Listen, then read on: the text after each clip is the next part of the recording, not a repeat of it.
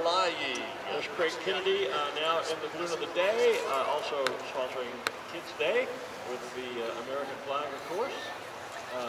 Gosh, that was really exciting. That was nice. That was great. Yeah, to see the helicopters and the Ospreys, and the C-130. And you're right, it was definitely noisier. Definitely a noisier set of planes. Yes, it was. Yeah. But yeah. There's Tristan McLean with our Exxon Mobil balloon. We're going to put the camera in the balloon with him this morning as well. Yeah, that was the Quavo balloon just inflating right there beside him. You saw in the shot a moment ago. And of course, Tristan, one of the younger pilots here.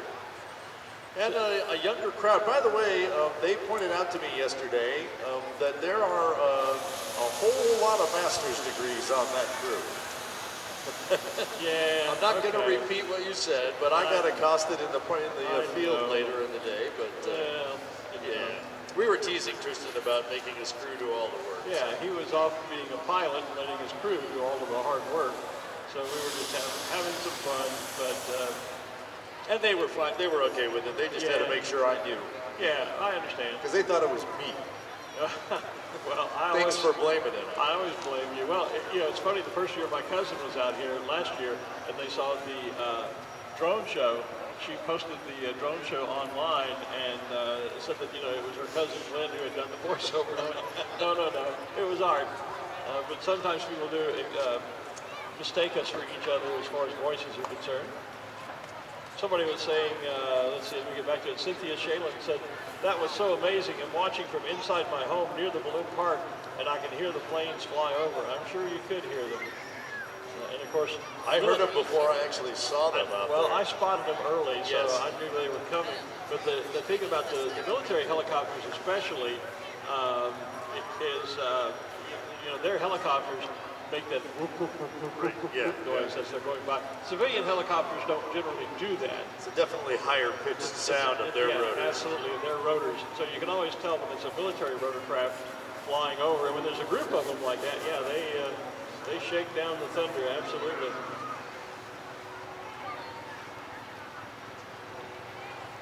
Yes, so we can hear ourselves now.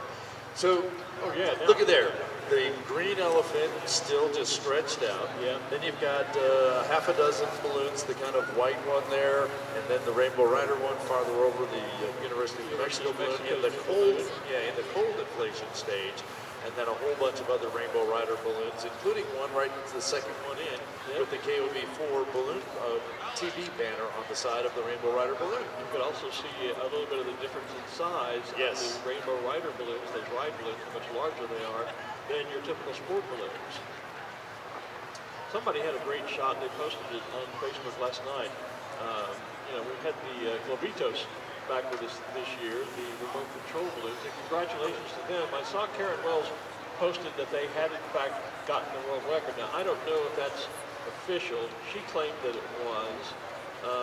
Well, look, we talked because Guinness is going to be able to certify the record, but nevertheless, I think we can claim that we have definitely set it. We just need to wait for the official certification. That's what I would do. But the photograph that was so impressive was that it showed a handful of manned balloons, full-size balloons on one side, and then there was this whole field full of all of the Globitos. And it was a brilliant picture that showed you the comparison in the sizes.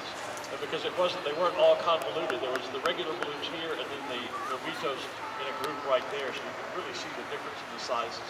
And they are scheduled to be back out with us this morning as well. Yeah. We've missed them in the rundown of everything. Yeah. It's just so much. It's not like there isn't something else happening this morning. So yeah, for Kids Day, it makes sense. We have the Globitos out. And that's a great way for young people to get involved, even kids. And by kids, I mean younger, pre-teens, I guess would be what I'm a good way to say it. Yeah, well, you can start taking some balloon pilot lessons at a pretty early age. You can't really get into a solo or getting your license till you're 14, 16, depending on which one of those we're talking about. Right. So, but early teens, or even late pre-teens, someone 10, 11 years old, can get into the RC sport. And with a little help of a crew, you could be even younger. Well, yeah, sure, I suppose you could. But certainly a great way to get introduced to the sport of ballooning and get in at a very early age. Launching out of the south end of the park this morning, we've got, well, there's Tristan with the ExxonMobil team just about ready to go.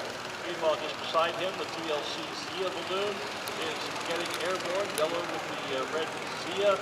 We also have Just Fun Cat, that one of my fun new balloons here this year. The white kitty cat balloon launching on the east side over near the Sid Cutter Pilot Pavilion, where later tomorrow we'll be giving out and crowning a new champion. We've got a lot of prizes to our pilots for the competition. Someone asked me who was kind of in first place overall at this point. We don't publish those numbers. They just kind of keep track of them. So far we just keep telling you, okay, this person did this on this task, the scores on this task are this, and you have to kind of do your own math. Kind of do your own figure, yeah. All right. But we'll have all those tomorrow, right after the eclipse for our pilots. And we'll record the awards ceremony and then post it. We won't do it live, but we do record it and post that so you can go back and watch the awards ceremony, find out who all won, what prizes, and all that other great stuff. Yeah. So we usually get that posted late Saturday afternoon, sometimes it takes till Sunday.